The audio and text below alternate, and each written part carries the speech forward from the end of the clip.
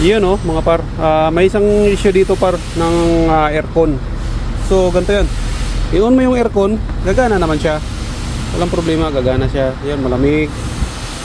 Ang problema lang nito, pag pinatay mo na yung aircon,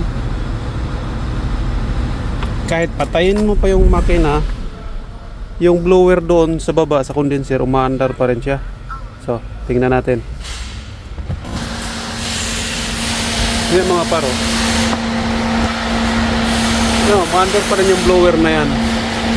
Kahit patay na yung susian, umaandar pa rin. So, ano bang kadalasang problema niyan? Ito lang mga paro. Tingnan nyo lahat ng relays kung alin ang relay na para sa kanya doon.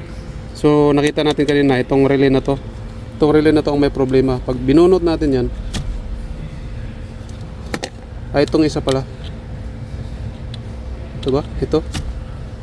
Saan ba? Ito yan. Yun. Itong relay pala na to. Yan o.